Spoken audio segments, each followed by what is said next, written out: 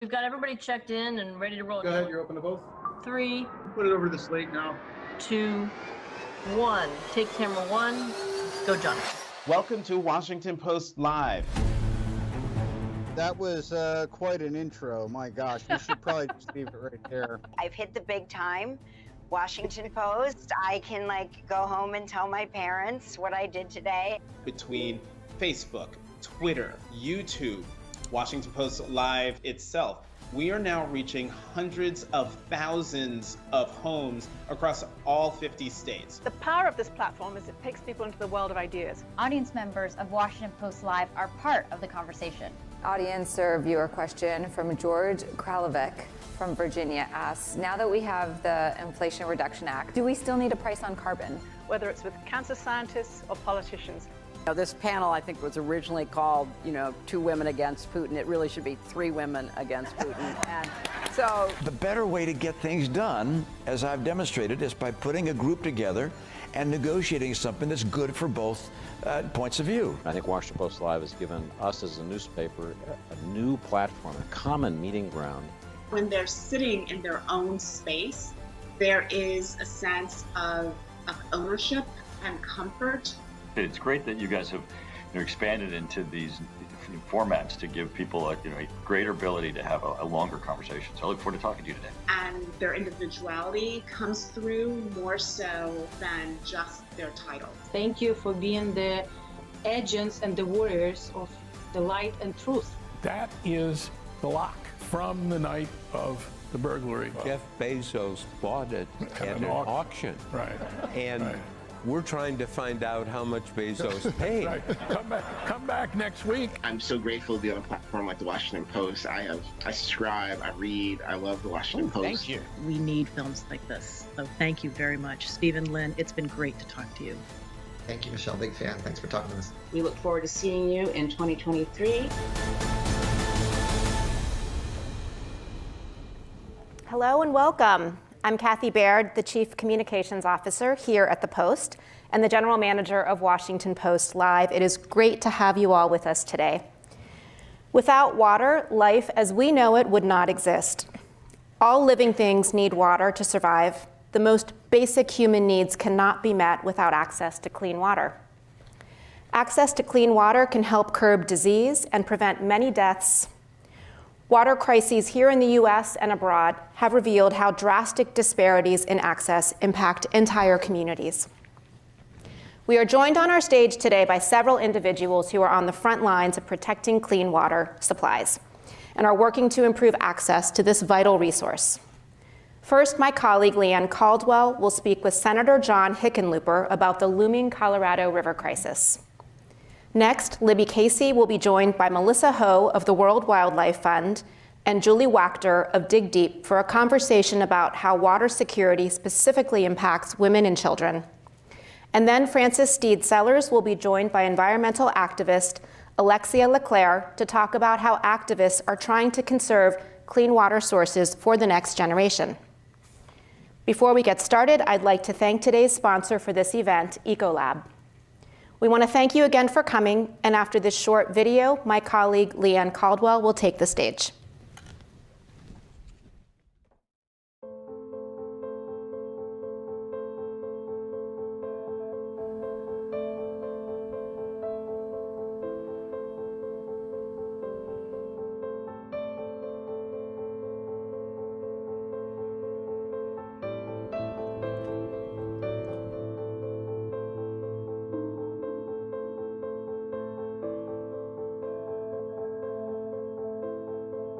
In 1,400 years of measuring soil samples all up and down the Colorado River, we've never had a drought anywhere remotely like this.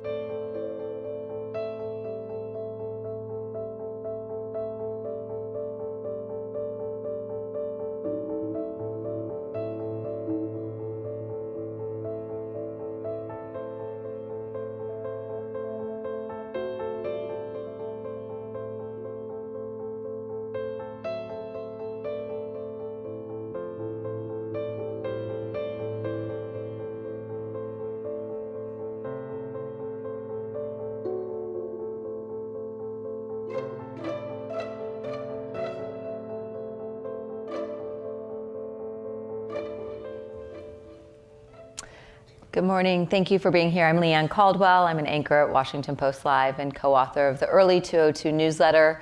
Today, we have a very important guest on this issue of water, Democratic Senator John Hickenlooper of Colorado. Senator, thanks so much for being with us today. You bet, Leanne. Thanks for having me. So I want to start really broad on water. I'm also from the West. I grew up in Las Vegas, so I know the water issue very intimately because I've lived it, experienced it. But I notice on the East Coast, people don't understand the conservation component, and I'm not a slight, but moving here, people don't turn the water off when they brush their teeth, that sort of thing. So can you talk about the situation regarding water in Colorado at this moment as you guys are trying to figure out how to conserve and ensure that there is enough water for the future?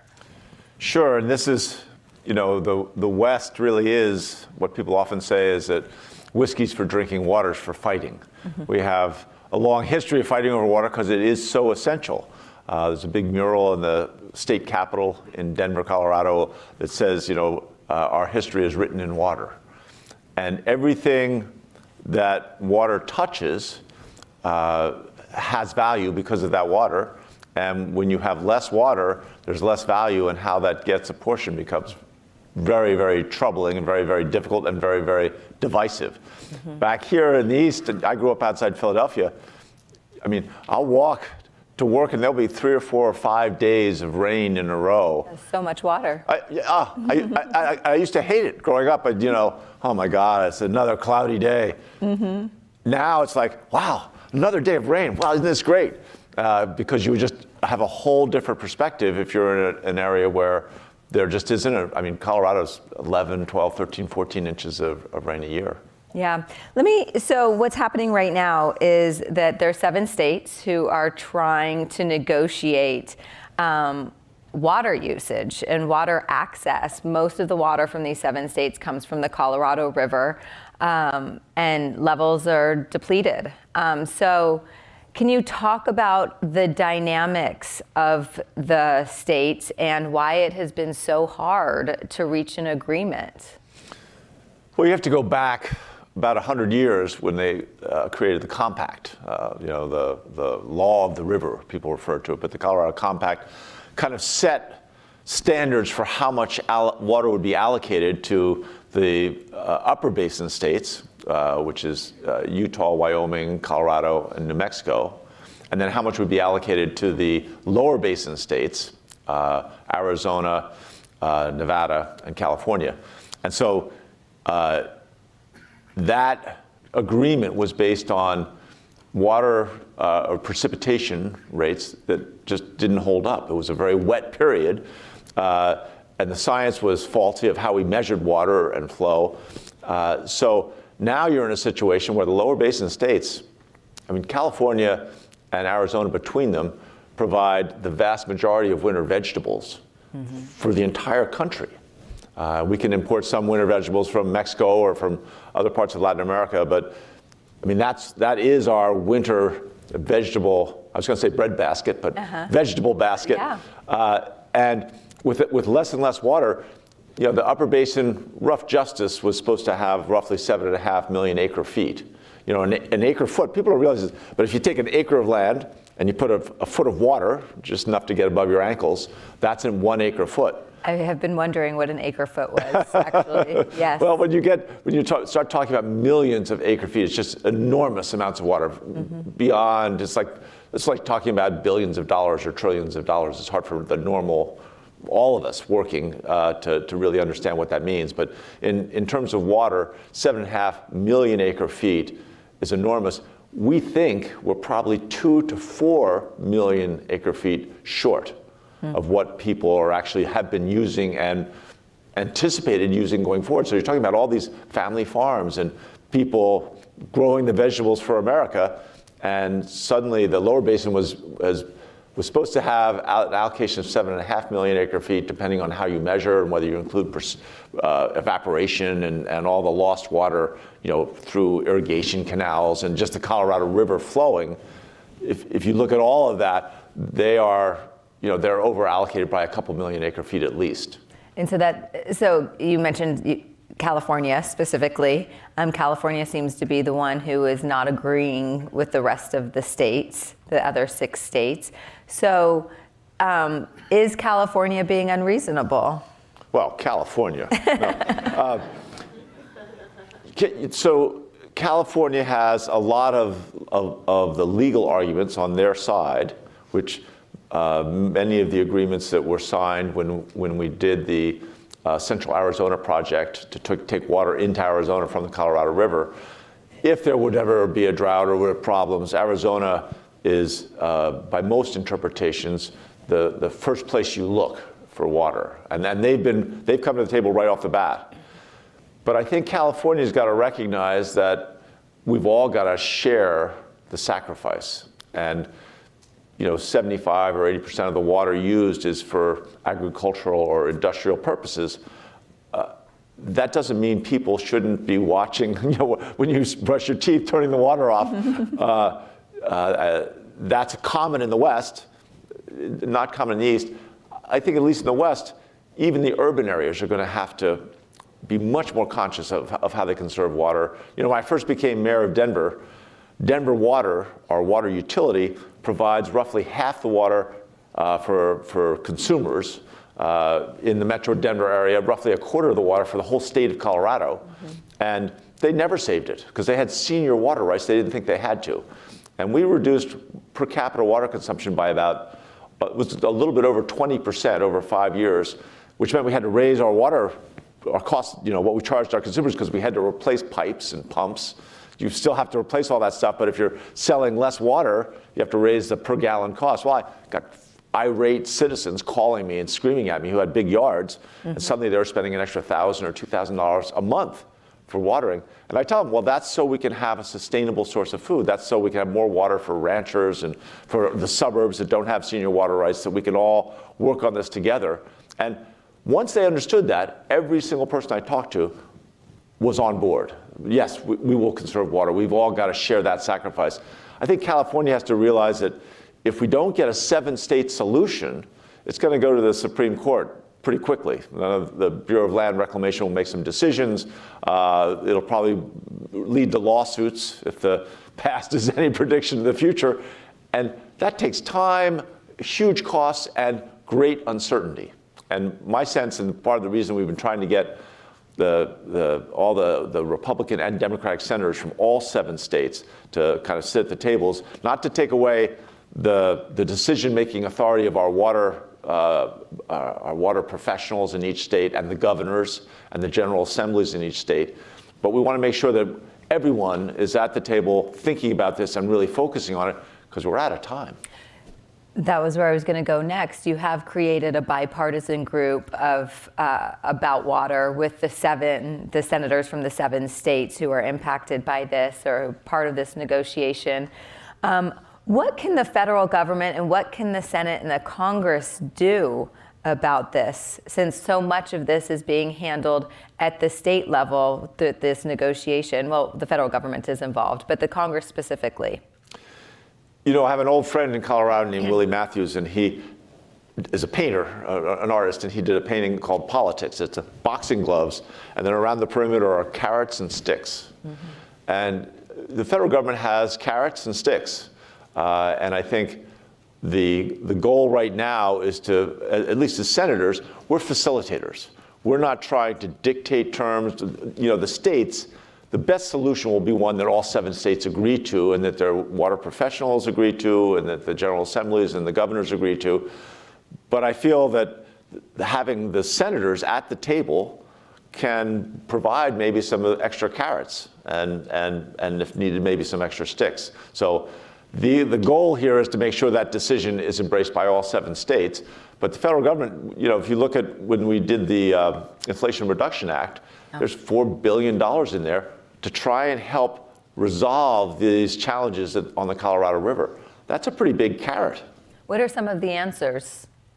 Well, and again, this is a time where everything's got to be on the table. So I think conservation for, people's homes and how do we use less water. I mean, Las Vegas, your hometown, is a model. They are way ahead of, say, even Denver with all the work we did. We still got a long way to go. Phoenix, Los Angeles, we're all going to have to conserve water domestically, even though that's a relatively small amount of the total water used. I think we have to look at the crops we grow. Rotational fallowing is something that people talk about a lot, where farmers will take a small part of their land and then rotate each year which small part they don't water. And so that they let it it's actually healthier for the soil to regenerate for a growing season and then come back. So might, over the course of 6 years or 5 or sometimes 7 years, they'll rotate that part that they let lie fallow, and that rotational fallowing suddenly dramatically, if you do it over 5 years, that's 20% of your land at any one time you're not using the water on. So literally it could be 20% less water. Now, obviously you're going to have less income for that. So how do we either find ways to conserve enough water, so limit the evaporation and the water loss that from the time it gets into the river till when it gets onto a farmer's crop, drip irrigation, making sure we cover the irrigation ditches. You look at some of the irrigation in the Southwest is going through some of the hottest, driest landscapes you could imagine, and we lose a lot of water that we shouldn't lose. You mentioned the Inflation Reduction Act, and there's a lot of money in there for this. Is it clear how it's going to be spent yet? Well, there's about $800 million that has been allocated by the Bureau of Reclamation. A lot of, I think, interesting projects that many of them are pilots to look at, of all the possibilities we have, where can we get the maximum benefit, the greatest water savings at the least possible cost. But there's still $3.2 billion that is unallocated, and they're in the process of establishing the process by which different farmers or ranchers or municipalities or industrial users, they are encouraged to come forward with their ideas of how can we use these resources to create pilots and models that will scale and allow us to, the ultimate savings that the Bureau of Reclamation is really expecting is 2 to 4 million acre feet a year. That's a lot of projects. The West has had a fantastic snow season. There's been a lot of snow that has fallen. Is that going to help the dire situation of water there? So the snowpack, and I just was asking one of my staff the exact number in Colorado. And again, Colorado is we always call it the headwater state because all the rivers in Colorado flow out. I always used to tease my friends in Texas that if you draped a magical piece of silk over all the mountains in Colorado and then stretched it out, our landmass is actually bigger than Texas. Anyway, as a headwater state, our snowpack has a lot to do with the health of the Colorado River, and we're about 132% of normal. So 32% beyond a normal year, and over this prolonged drought. I mean, it's not even a drought. It is getting so arid, and increasingly over the last 22 years, I call it aridification. If you go back, we can look at the sediments in the Grand Canyon, and we can say this is the driest 22 years going back 1,200 years. So it's not just a drought. This is a prolonged period of aridification. They're finding lost cities in Lake Mead that were covered for a very long time, that the water level is so low. Yeah, exactly. So will the snow help? Yes. So the snow, well, it buys us time. But if this is truly aridification, if our climate is getting more arid, almost certainly, I mean, every scientist I've talked to feels this is a consequence of climate change and global warming. Then we can't look at this as, oh, we've got the rains are back, the snow is here. We need to we get an extra year. Maybe we get an extra 2 years out of this precipitation, but it's not the solution. So all these projects that the Bureau of Reclamation is pushing forward. We've still got to have a fierce sense of urgency that, I mean, we're out of time. We humans take a long time to make our big decisions, and we're running short of time. There is a divide between the urban and the rural, the farmers. There's also a divide between the upper basin and the lower basin. Can you talk specifically about the upper basin and the lower basin and why that is important? Sure. And again, the upper basin is where the water comes from, and we don't use anywhere near as much of the water. Originally, the idea was that we would have 7.5 million acre feet a year. I think our overall allocations are closer to 5 or 5.5 million acre feet. But even that, I mean, we're not going to be, or we're stressing the system to take that much water out of it if all existing conditions continue. The lower basin, again, was supposed to have roughly 7.5 million acre feet per year, and they're more at the 9.5, maybe 10 million acre feet. So that's a big problem where that spigot is open too wide and there's too much water being used out of the Colorado River. The divide between the upper basin and the lower basin is clearly the situations are very different, but we all have an alignment of self-interest. In whether you're in the lower basin or the upper basin, we've got to find a solution that everybody can live with, or else we will continue to bicker and not have that continuity. You've got people, the same problem we have in banking now, there's a loss of trust. And we have the same issues around agriculture and all the businesses surrounding agriculture. They've got to have a level of trust that they're going to have the water, not just for next year, but for the next couple decades. These are generational farms. They need to know what their future is going to be. So that upper-lower basin divide is kind of a false one, I believe, in the same way that rural-urban. This is, whether you're in an urban area or a rural area, if you're in the Colorado River water basin, you've got something at risk, and you've got to be able to step up and say, all right, maybe I'm not going to get everything I want, but if we work at this and really hear each other clearly, we can find enough common ground to get that alignment of self-interest and reach a solution that satisfies all 7 states. Since we only have a few minutes left and you mentioned banking, I do want to ask you about the Silicon Valley Bank and Signature Bank situation. That'll teach me to bring up an outside. But are you pleased with how the administration has handled SVB's collapse?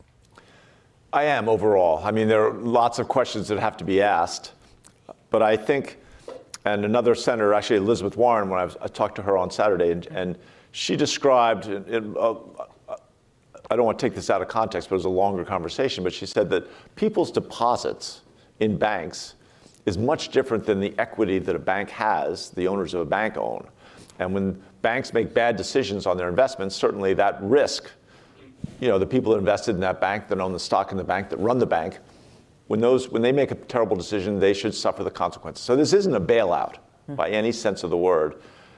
But I think that the deposits that people and businesses make in banks like SVB are of a more important nature. And Elizabeth said that she looked at it as part of the infrastructure of business, that deposits and the security that people believe deposits should have are what create the system of trust that allow our banking system and our economic system to function. So the fact that the White House moved so quickly, and that all the different agencies of the federal government, from the Federal Reserve, the Council of, go down the whole list. I won't list them all, the different players, but they all worked together, and by Sunday morning, or maybe Sunday afternoon, maybe Sunday night. I don't want to get in the middle of their making sausage, but the bottom line is that they got to a solution that really does protect that trust that people need to believe in their deposits in their banks, so they're not constantly running and trying to pull it out and put it somewhere else. Does Congress need to do anything? Does it need to react, shore up those regulations? So the first thing that had to happen was we had to make sure that we rebuilt the trust that people have in our system. And I think this is a good start. Obviously, there's uncertainty today, the issues around Credit Suisse, are concerning to everybody. That this trust, we're all interconnected around the globe now. So we've got to recognize that and make sure that we rebuild that trust. But on top of that, I think we have a real opportunity here to study what happened. Once again, go back and look at this near catastrophic failure that we've avoided and say, all right, what are the regulations that we should have in place? Do we need to look at smaller banks and make sure that they have enough security so that they don't risk, again, a run on their deposits like we saw with SVB? Mm-hmm. The key here is that we want a banking system. Banks have got to make money. They're businesses. And I don't think the federal government's going to be able to backstop every deposit in every category. But we have to look at in those times of risk, how do we create enough security so people will leave their money in their banks and allow it to be part of that infrastructure that allows every small business to operate. In my last question, because we're out of time, I want to come back to water, and that is this negotiation that's happening between the 7 states. What is the timeline when do you think that this is going to be resolved one way or another, whether it's through the negotiation or, like you said, through the Supreme Court? I think the time we'll probably get to it, we'll have a resolution yesterday. That would be the right time. Mm-hmm. The United States Senate has a wavelength in terms of how they approach issues that's very broad. Mm-hmm. And we don't have time for that. And I think that there is a great urgency that is necessary in the Senate. And I think that's representative of the urgency that each governor has and their general assemblies have and their farmers and ranchers and citizens have. My goal, my hope is that we can get to a rough draft, allocation solution in the next couple months. Mm-hmm. Sounds impossible, but it really isn't impossible. I think the people at the Bureau of Reclamation have been great.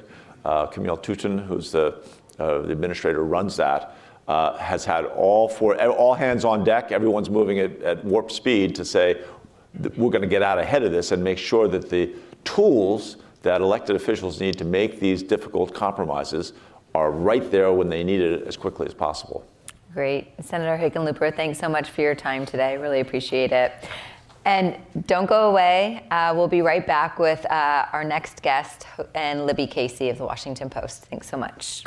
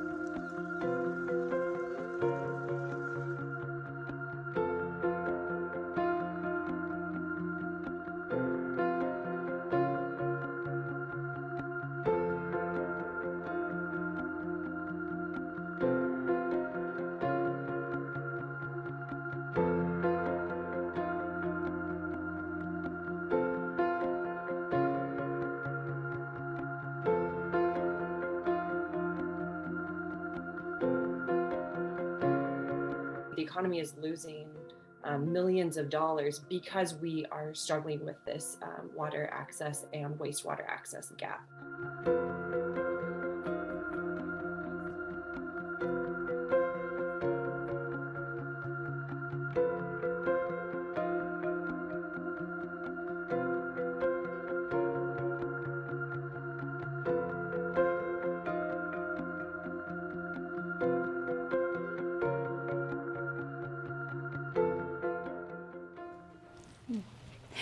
Welcome back. For those of you just joining us online, I'm Libby Casey, senior broadcast producer here at the Washington Post, and I am now joined by Melissa Ho, senior vice president for freshwater and food at the World Wildlife Fund. Welcome. And Julie Waechter, co-CEO of DigDeep. Melissa and Julie, thank you so much for joining us here at Washington Post Live. Julie, let's start with this. What does not having clean water actually look like in America? Well, it's a great first question because most people don't even know that people don't have running water in America. So even the fact that you're asking that question is a question that I never get on the street, walking down the street. People are shocked to hear that that's a situation that more than 2 million Americans find themselves in. There's a lot of impacts. There's physical health concerns. There's diseases that come from water-related illnesses. There's mental health impacts. And so, one brief story that kind of encompasses all of these things is we met a woman named Brenda who lives on the Navajo Nation, and her husband injured his foot. Without running water at home, he was unable to clean his wound, and it became dangerously infected. So then he ended up needing to go to the hospital, which was 50 miles away, losing out on income, racking up a lot of medical bills. And then you can imagine the mental health burden as well for his wife at home. So all of these things come together and are really challenging for life without water. I want to stay in the United States for 1 minute before we look at the global picture, Melissa. So Julie, give us a sense of how many people this affects and what are the causes? Are we talking about lack of infrastructure? Are we talking about remote locations? Are we talking about money? All the things. Yeah, so there's 2.2 million Americans without running water at home.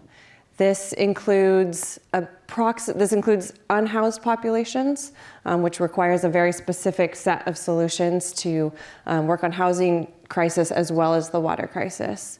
It also includes almost 200,000 homes, people living in homes that just don't have piped water. And these are people who are living within an existing water utility district that could just get connected. All they need to do is be accepted into the water district. And that's some work that DigDeep is doing. It also includes people who are near a utility district that maybe you have to have a little extra political will or funds to get connected. And then some people are living very remote, very difficult terrain, requires a little bit more complex, innovative solutions that are going to be off-grid. But yeah, it's a financial issue, and unfortunately in the US, race is the #1 predictor of water access. So Native American households are 19 times more likely than white households to not have running water. And Black and Latino households are twice as likely. So we find that as water expanded and infrastructure was laid in the US throughout the 1900s, many communities of color were not included in that expansion. And now we find ourselves in a place where federal funding for water infrastructure is 14% of what it was in 1977. So communities of color that are trying to catch up and get that water infrastructure are having a really hard time finding the funding to do that. Melissa, your organization is one of the most recognized conservation voices in the world, and it is stunning to realize that less than 1% of the world's water is fresh and accessible. So what does this look like outside of the United States? Yeah, thank you so much. I think for WWF, one of our first primary goals around fresh water is just getting people exactly to recognize this fact that though we see water all around the planet, we do not necessarily realize what a precious and finite resource it is. So with less than 1% available as fresh water, even a smaller fraction of that is what we really see on surface water. Most of the water that is available to us is actually in the ground, hidden away, and we don't even see it. And so right now in the world, we are seeing about 40% of the population living under water scarce conditions. That's going to be exacerbated by climate change. We see that, we do not have access as a result to basic things as water, sanitation, and hygiene, and that then really affects disproportionately women and children for sure, because they have then the burden of really going to collect that water. And a story that I was thinking of when I was preparing for this was really more than 15 years ago, when I had the privilege in the same year to be in two really different geographies in the world, Maharashtra in India, in rural places outside of Pune, and then also in Debrecen in Ethiopia, outside of several hundred kilometers outside of Ethiopia. I was there really to work on agriculture irrigation and trying to have small-scale technologies for pumps and water access for irrigation. And so when we sat down with the farmers under a tree and talked about what the impact of these technologies were, did they adopt them and why, what sort of benefits did they have, thinking of crop diversification, livelihoods improvement, nutrition, maybe even in the household. The thing that struck me in both geographies when you speak to the farmers was that it was actually water access for the family that was most important. That They did not have that at all. And the impacts were felt on health, nutrition, not dissimilar from what you hear in the US, but it was actually also on what it meant for their daughters and the girls in their households, that now they could go to school. You imagine that they would spend, women and girls are the ones disproportionately spending hours to fetch the water when there isn't piped water coming in, what it means for their safety and health and access to schooling and education and opportunities. And that was, before I had kids, and my son just had his 14th birthday yesterday, so flash forward 15 years now, I think of my own daughter, where you think globally around the world, there's an average of 3.5 to 4 miles that hundreds of millions of girls every day are still making that trek. A 5-gallon drum weighs 42 pounds. My son and daughter, if my daughter had to do that every day before school, just think of what that would mean for our families, just for basic survival, let alone all the other things water does. So I just think about how far we have come in terms of getting piped water access, but how far we have to go, because we still have hundreds of millions of families that don't have access. I want to talk more about how women and children specifically are affected in the United States as well. But first, let's go to some news. Yesterday, the Environmental Protection Agency proposed enforcing limits on PFAS, or forever chemicals, as they're often known by, in drinking water. And this would basically enforce it to the lowest level that can be detected. I'd like to get a sense from you, Melissa, about this issue of water quality, because as you've told me, so often we're talking about scarcity and just access to water. What's the conversation about water quality? Yeah, no, this is a great question, and almost second order, but it's not second order, it's prime order. We have been trying so hard as WWF, again, just to get people to elevate water in your ethos and value and consciousness of why you should care on having enough water. But what is happening now, when we have discovered the impact of chemicals like PFAS, but there's a whole range of all sorts of things that are toxic in our water, heavy metals, there are hormones and medical waste, there are selenium and lead. We know so many stories in the US, but also abroad. I think we need to think about that. So it's not just having water, it's having quality water that won't make us sick and that keeps us healthy. And so I think we think about connectivity and freshwater ecosystems health, and it has to include keeping out and prevention of some of these things from getting in the water in the first place. It's so much more cost effective on prevention than it is thinking you're going to remediate and try to address those things once they're in the system. So there's so many sources, and it's different in different parts of the world. What are the quality issues? But I think the concept is the same, that we must value water and the water quality as much as we do the amount and the allocation and the use of the water. Is this a shift to be thinking about long-term water quality and health effects? Because there's, of course, short-term health effects from water quality, right? There's water that can make you sick instantly if it's not sanitized, if it's not fresh and clean. But now we're talking about health impacts that could come in years and perhaps decades. And I'm interested, Julie, to hear from you about this question of the EPA proposals would have the water providers monitor and test the water. Does this add a layer of complication? It does. I think what it points to is the need for America to focus more on water infrastructure. I talked about the 2.2 million Americans that don't have any water. They don't have a tap, they don't have a toilet at home that's working. But there's 44 million Americans that are using drinking water systems that didn't pass the Safe Drinking Water Act. They had violations. So water quality is a huge concern in the US, and I think it demonstrates our need to focus finances, focus policies on keeping Americans safe. I think there's historically been a bit of a mindset of, out of sight, out of mind. And as you pointed out, and as Melissa mentioned, prevention is much more cost effective. And it's something that we need to focus on because there's things in the water that we don't know that are going to be impacting us for a long time. Julie, DigDeep has done extensive work in the Appalachian region of the United States, as well as with Navajo communities, something you mentioned earlier. What have you learned from working in these areas about the impact of water scarcity on families? And Melissa, spoke with such a vivid description of how this affects women and girls, especially globally. What about here in the U.S.?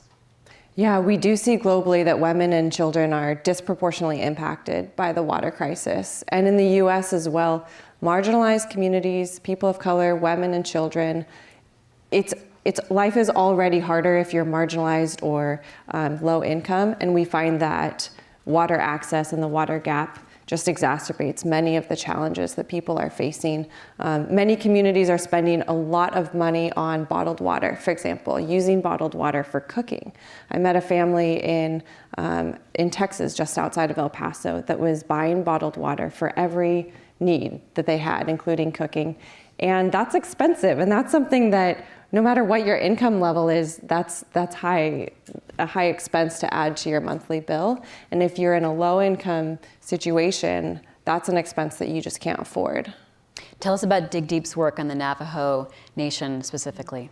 Yeah, in the Navajo Nation, we help households that are off-grid to, we construct water systems and then have a water hauling program where we get water from a government-operated well and can fill up those so that they have piped water in their home. Again, we do see with climate change that this is making things a little bit more difficult, as some of the wells that we're using we're no longer able to access. They're running dry and being restricted. So there's a lot of challenges, but we're doing what we can. Climate change, something that we've been sort of working around the edges of. Let's hit it directly, Melissa. How is this affecting the quest for fresh and safe water? I mean, I think status quo, we already have all these challenges, and there's so many of the statistics we know about water scarcity and the challenges of access. Climate change is just exacerbating that, and there's threefold ways of what it's doing. One, if you think of a water bank in a community or in a landscape, climate change is altering that bank with thousands of glaciers, and where the stored soil water is, that meters out that water over time to our river systems and lakes and streams. We have glaciers disappearing, thousands of them in some countries, in the Himalayas, for instance. So that's changing the bank and storage of that water. The second area of what it's doing is it's changing dramatically precipitation and rainfall events and precipitation events, both the amount and the reliability of that. The uncertainty is also creating challenges. And in many places, we're seeing mega droughts. These are not just seasonal shifts, these are decadal shifts.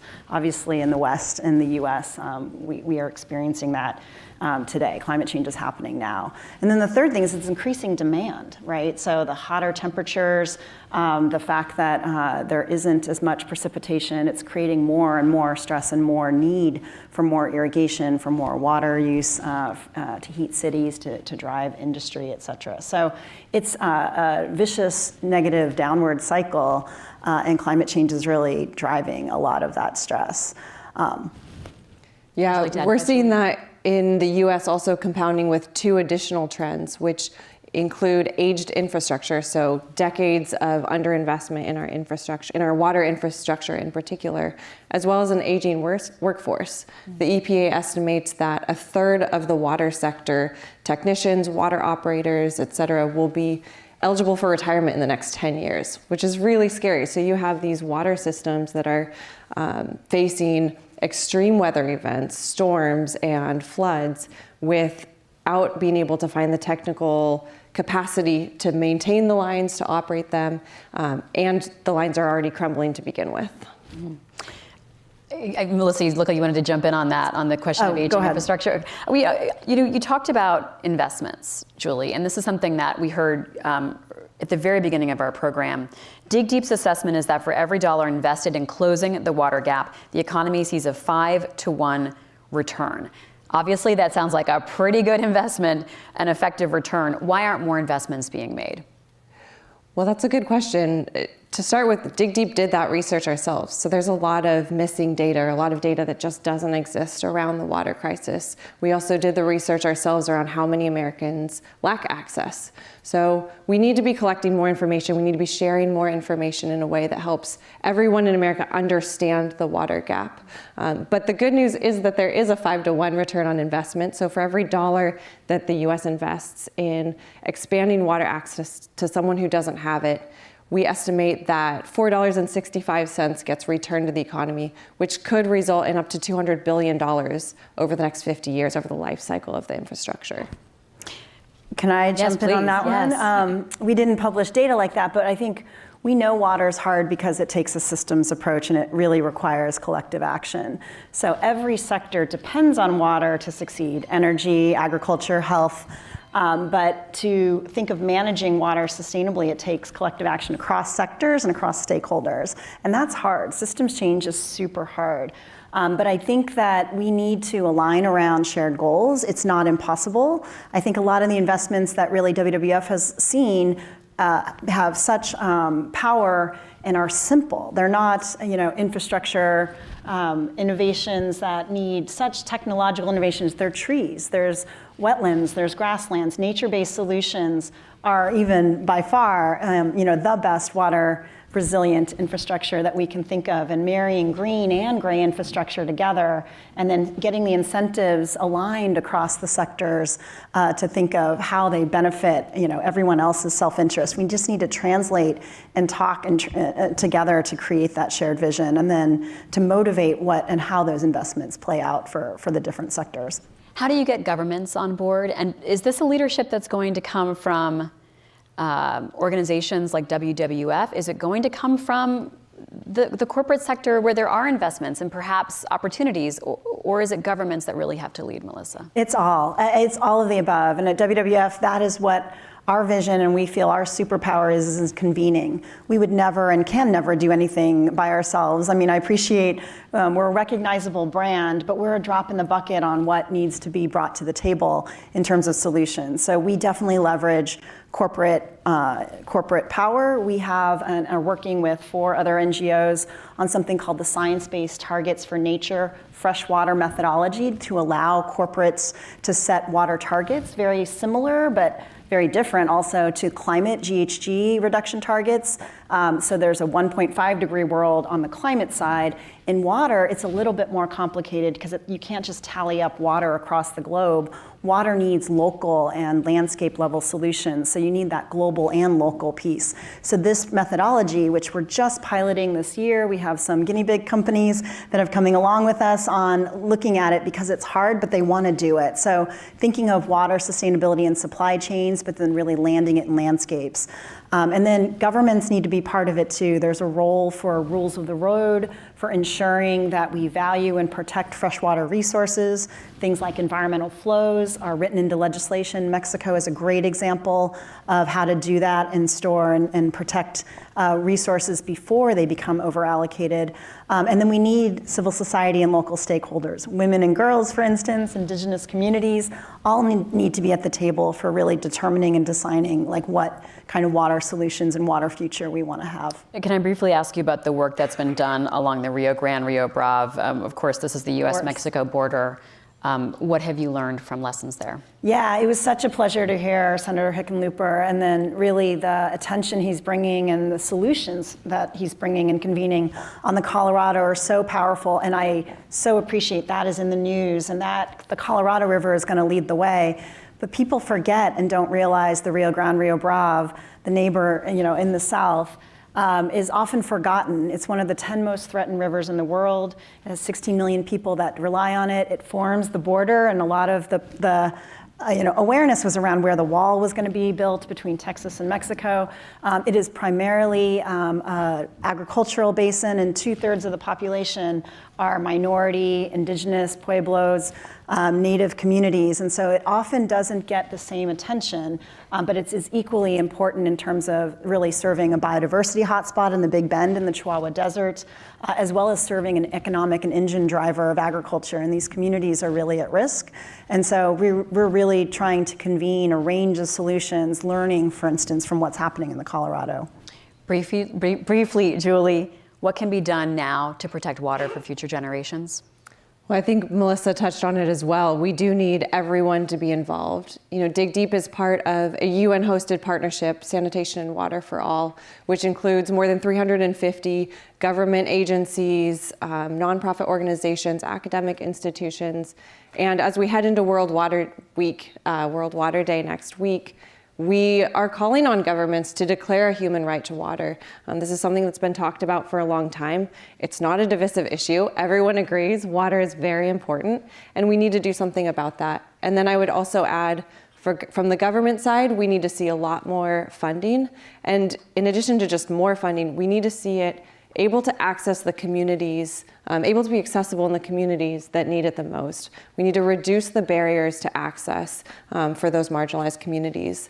And then for everyone, if anyone is listening and not in the water sector, I would encourage you to look in your own community and find out, are there groups of people who don't have water access, and what can be done to connect them to water? Julie Waechter with DigDeep, Melissa Ho with World Wildlife Fund. We are out of time. Thank you so much for being here today. Really appreciate it. Thank you. And for the audience, please stay with us. Our program will start again in just a moment. Thank you.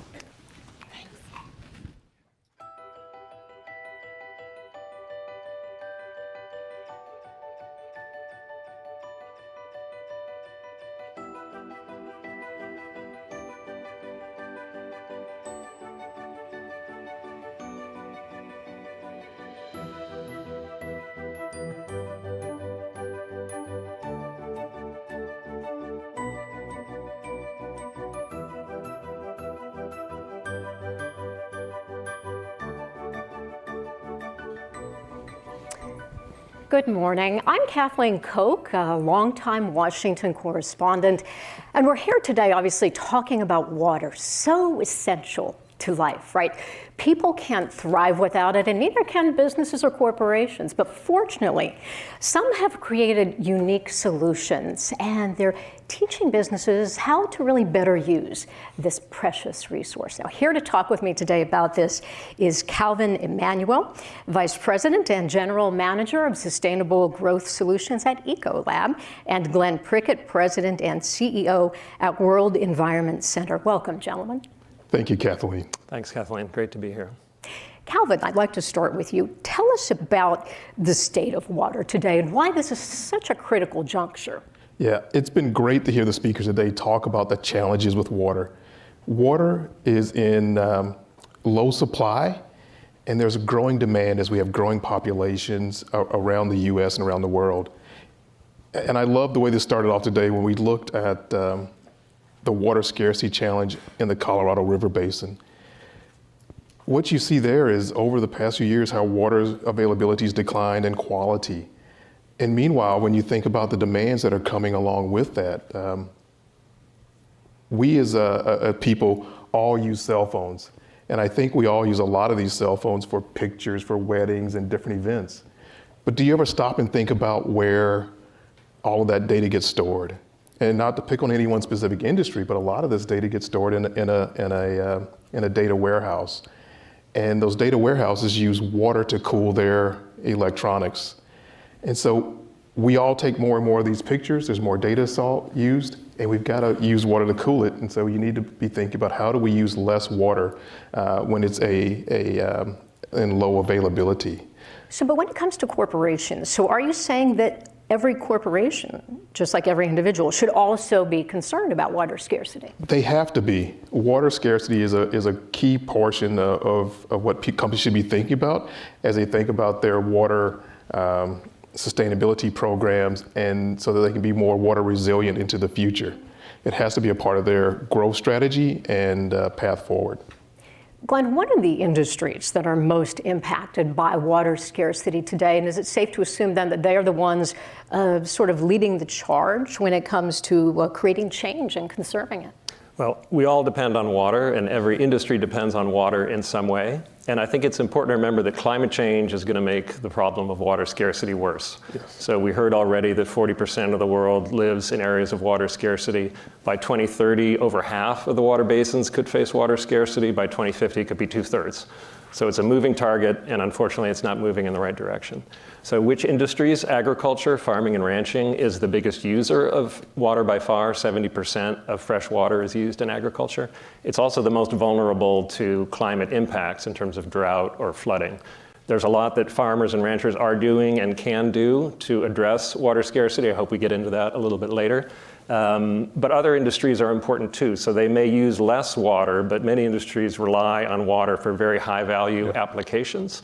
Some are obvious, like food and beverage manufacturing, but others may be less obvious, but highly valuable to our economy, like fabrication of microchips, or data centers for the cloud, or chemical manufacturing.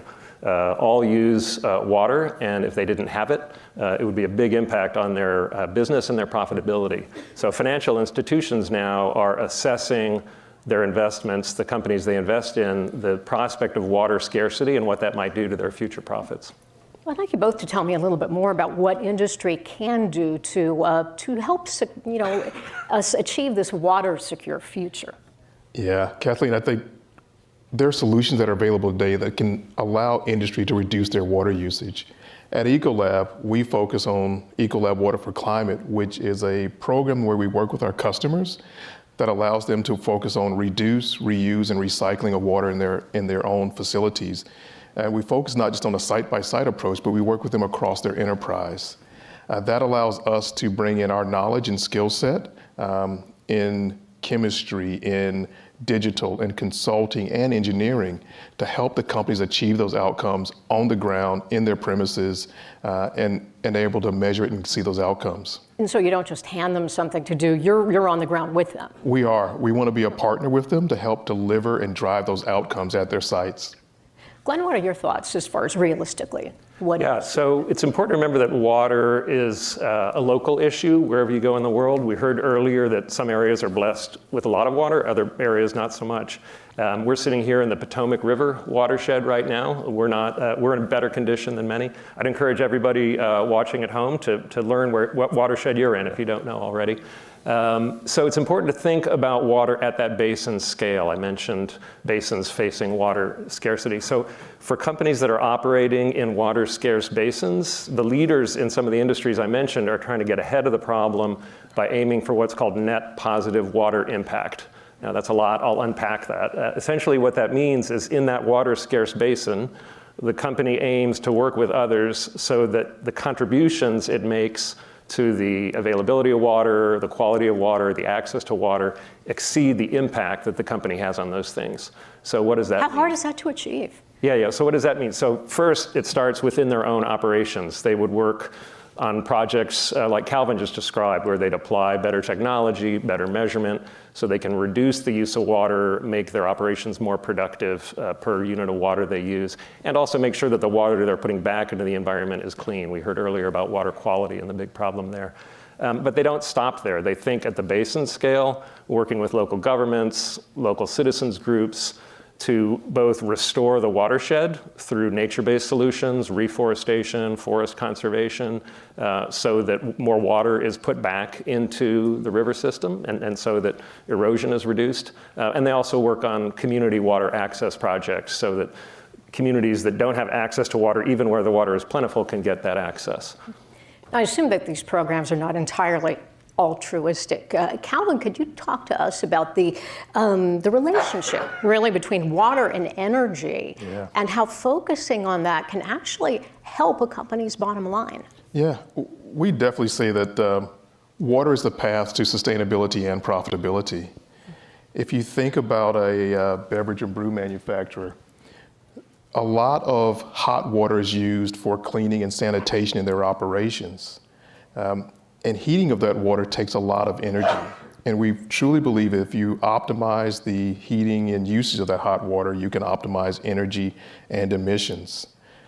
As an example, when we've worked with beverage and brew manufacturers in the processes, we see that we can help them reduce their water usage by 25%, their energy usage by 12%, and then greenhouse gases by 6%.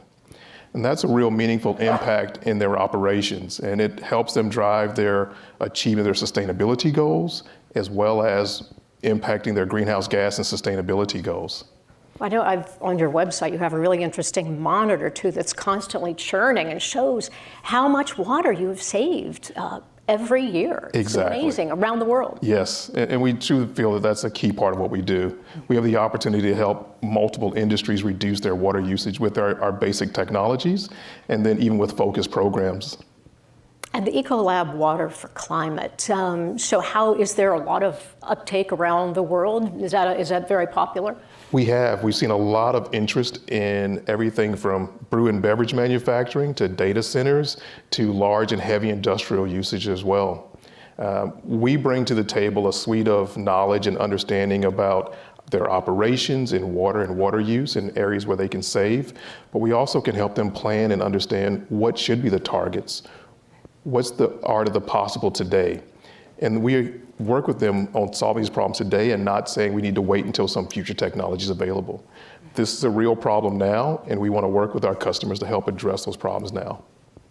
Glenn, obviously these corporations, these companies are not acting in isolation. They're part of communities. And I would love for you to talk to us about the impact that these water management programs that corporations are involved in, that they can have on the surrounding communities, especially those that are already struggling with water scarcity. Yeah, thank you. Kathleen, I wanted to talk a little bit more about agriculture. Okay. We're really excited about the concept of regenerative agriculture, farming and ranching practices that help to restore the health of the soil. Things like cover crops, no-till, more crop rotation, putting livestock back on farms. All of these things can help restore the soil, which helps improve the resilience of farms and ranches to extreme weather. So healthy soil holds moisture better when it's dry in droughts, and it helps drain. It drains faster in flooding conditions. Right. And that helps the local community, right? Yeah, so, and this is personal for me. We have a family farm in western Minnesota, and we practice regenerative cattle ranching. And we've seen that in times of flooding, our farm can still be producing when neighboring farms are flooded and aren't producing. So what's exciting about it is that for the farmer, it's more productivity for their acreage, but it also helps reduce greenhouse gases in the atmosphere by pulling carbon into the soils, and improve water availability and quality if done at scale in those regions. And scale really is the name of the game. I'll get back to this concept of net water positive impact. I talked about collaboration, and collaboration is essential. We did a roundtable on the topic at World Environment Center recently, and isolated projects won't cut it. You need to be working with local government, with NGOs, with community groups. And I'll give two examples of that. AB InBev, the global brewer. We're talking a lot about beer today. We'll have to share one later. That one. It's a little earlier. Great company. They're partnering with WWF and also with local government and NGO organizations in South Africa, in the Cape region. You may have seen that a few years ago, Cape Town almost experienced day zero where there would be no water. Well, they're working in an agricultural area. The native vegetation there is called fynbos, but a lot of the fynbos has been replaced by invasive species. So they're investing in community efforts to tear out the invasive species and restore the native fynbos. The invasives use about 40% more water. So they're saving water and they're putting people to work. They think they've saved about 9 billion liters of water already and created about 36,000 jobs. And then the last example I'll give is from Sao Paulo in Brazil, another city that's running dangerously short on water. And there a big problem is their reservoirs are silting up because there's been so much deforestation in the mountains around Sao Paulo. So there Coca-Cola FEMSA, the Latin American arm of Coca-Cola, brought together other companies with the Nature Conservancy, and they put a coalition together to work with the local water agency to pay landowners in the mountains to conserve and restore forests along the streams. So they call it the Water Producers Program, and landowners there can earn up to $40 an acre per year if they're maintaining those riparian areas for water. So it sounds like what we're talking about, and Calvin, if you would take this in conclusion, is really changing the mindset of businesses, companies, corporations around the world. That the water, you can't just take it for granted anymore. You've really got to adopt this new sort of stewardship attitude toward it. Yeah. If you want to have business resiliency, you have to focus on sustainability. And we see that water is a key part of that. It's not a choice between sustainability or profitability. You can do both simultaneously. But I think the opportunity for us to make change is now. And are companies and businesses, are they receptive? A lot of them are. A lot of companies are signing up to work with us because they see the opportunity to make a meaningful change right now and to be able to impact the communities in which they live. Water is such a local topic, and you have to be focused on it now because as climate change continues to evolve, it will be a bigger impact, and they have to make those changes now so they can be resilient for future growth. Final thoughts, Glenn? Well, like I said, if you're watching and you don't know your watershed, learn it. That's the first step toward being more thoughtful about your water use. And then back to the topic of what business can do. We're seeing the leaders move toward this vision of net positive water impact. But as I said, scale is the name of the game. We need more to join in. So there's a great group called the Water Resilience Coalition. I think Ecolab chairs it right now, but it's a group of companies and organizations that are trying to promote this vision. So I encourage you, if you're interested, check that out and get involved. Thank you so much, Calvin Emmanuel of Ecolab and Glenn Prickett of World Environment Center. Thank you very much. And now I'll pass it back to the Washington Post. Thanks.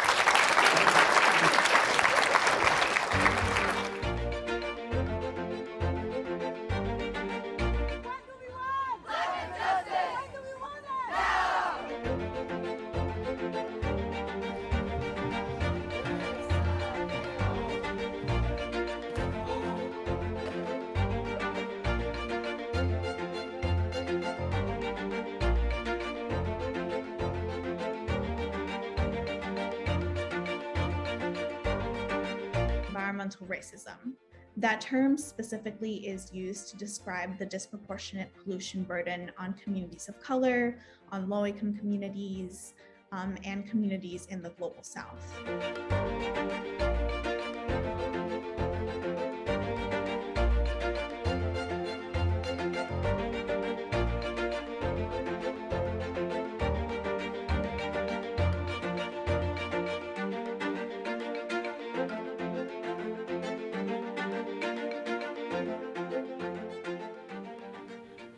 Good morning, welcome back again. I'm Frances D. Sellers, a senior writer here at The Post, and I'm delighted to welcome this morning Alexia Leclercq, and we're going to be talking about environmental justice and activism. Alexia, a very warm welcome to Washington Post Live.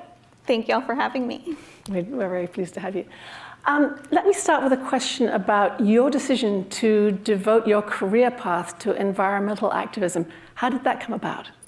Yeah, so I think growing up, Taiwanese and Buddhist cosmology played a huge role in my understanding of the world. My mom always talked about, how we're connected to the environment, how we're connected to each other. And I remember stories about like tree spirits and spending a lot of time in the outdoors. And so that was always something that I was, very passionate about. Where were you then? Were you in the United States? Or? So I actually moved around quite a little bit when I was young before coming to Texas when I was 8.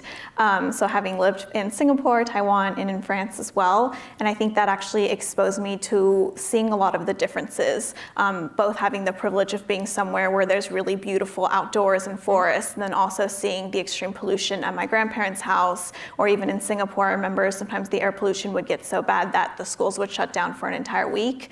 And so I think I always had an awareness of the inequalities, the pollution that different people experience. And I was growing up and making sense of the world. I saw that as a very pressing issue and decided to take action. So here you are now based in the east part of Austin, right? Austin's colony. What made you make water such a priority at this point?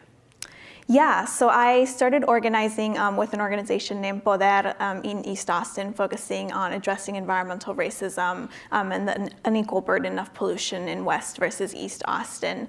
And water is so critical to life, and it's so critical to our society. And it came up in many instances in Austin, both with the floodings and then also the drought, and then more recently, access to clean drinking water has been a huge issue in this particular neighborhood. Give us just a little bit of a geography lesson here. So we're East Austin, the Colorado River right there. So yeah, Yeah, so the Colorado River, the other Colorado River, runs through Austin, and historically on the west side, it's been very well protected. But on the east side, there's not been many regulation or protection around it.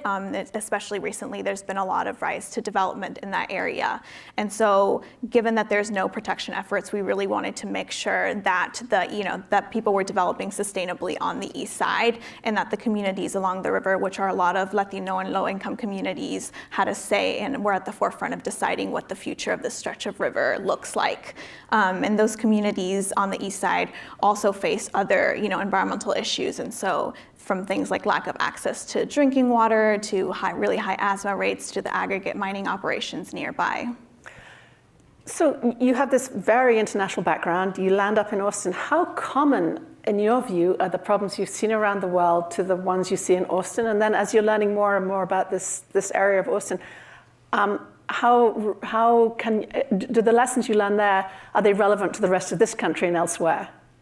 Yeah, I think our issues are so interconnected, and sometimes we kind of frame climate change as this future problem or something that's happening in the global south. And while, there's really dire impacts in the global south, I think we can look in our own backyards here in the US to see the significant impact that climate has on our communities. And so everything, from air pollution, water, toxic chemicals, toxic tank farms that we see happening in Austin, we also see happening in Texas, in the US, and on the global scale. And so I think there's a lot of collaboration that needs to be happening. Just the next question I wanted to ask you about. So the collaboration that you're doing now, how is it working? Are you on social media with other groups? Do you travel to see how other people in local areas in the United States are dealing with similar problems? Yeah, so I think for me, everything comes from the grassroots. And so we really start with, building our community, building those relationships, those networks, so that we can really build capacity within East Austin, within Austin's Colony, within the communities we're working at.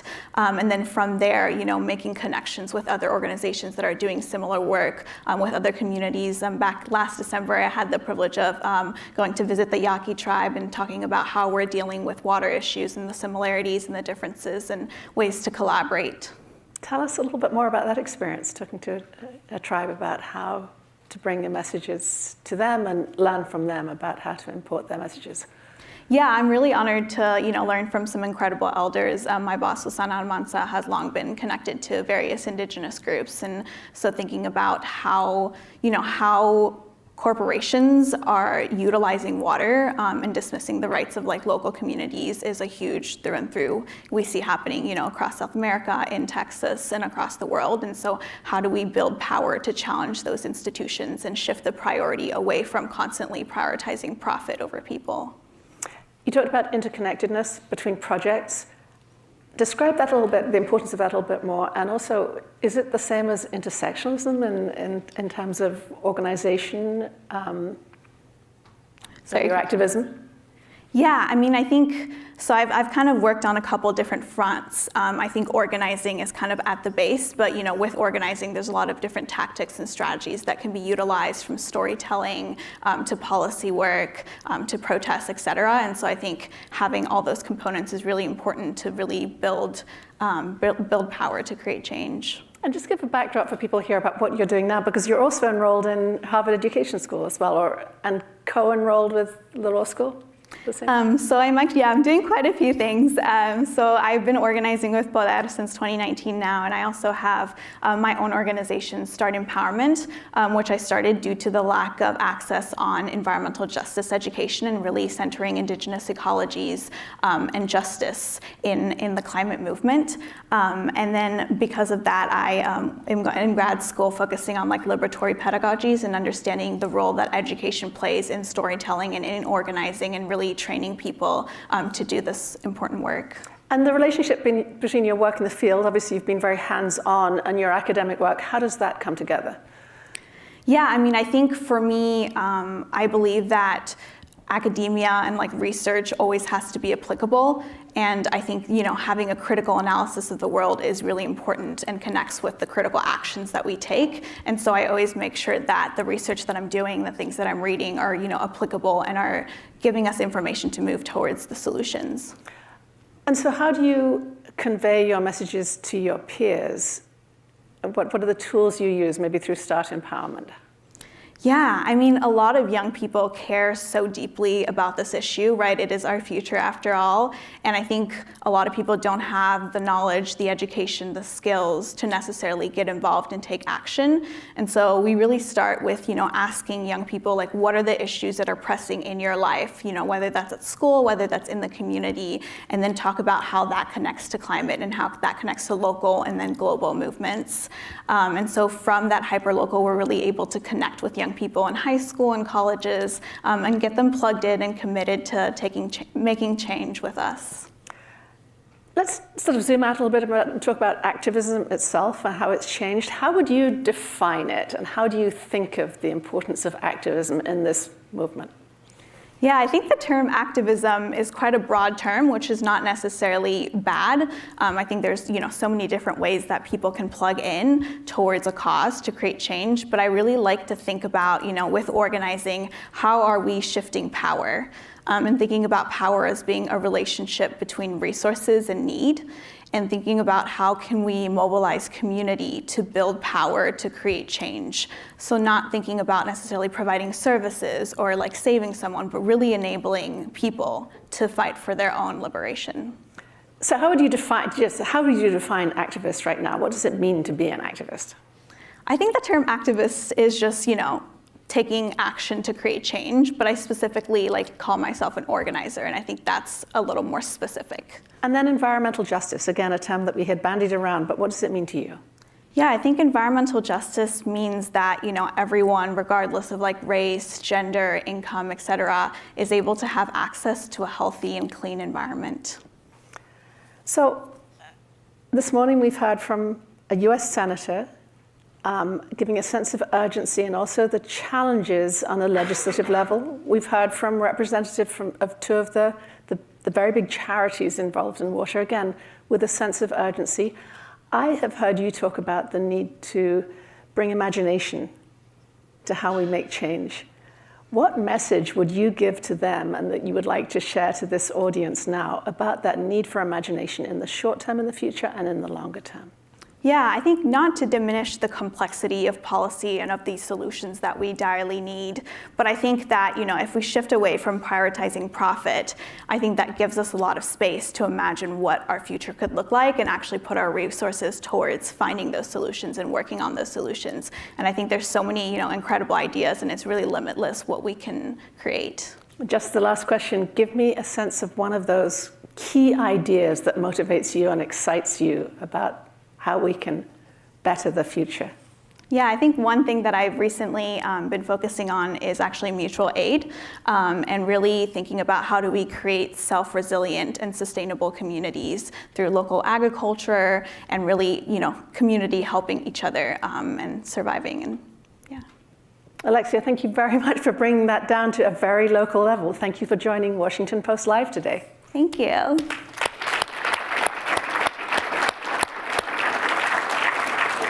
Thank you to our viewers at home and also in our audience. As you know, if you want to see anything more from Washington Post Live, please go to WashingtonPostLive.com. We have a supremely good lineup of shows for you, both online and in person. Thank you so much for joining us today.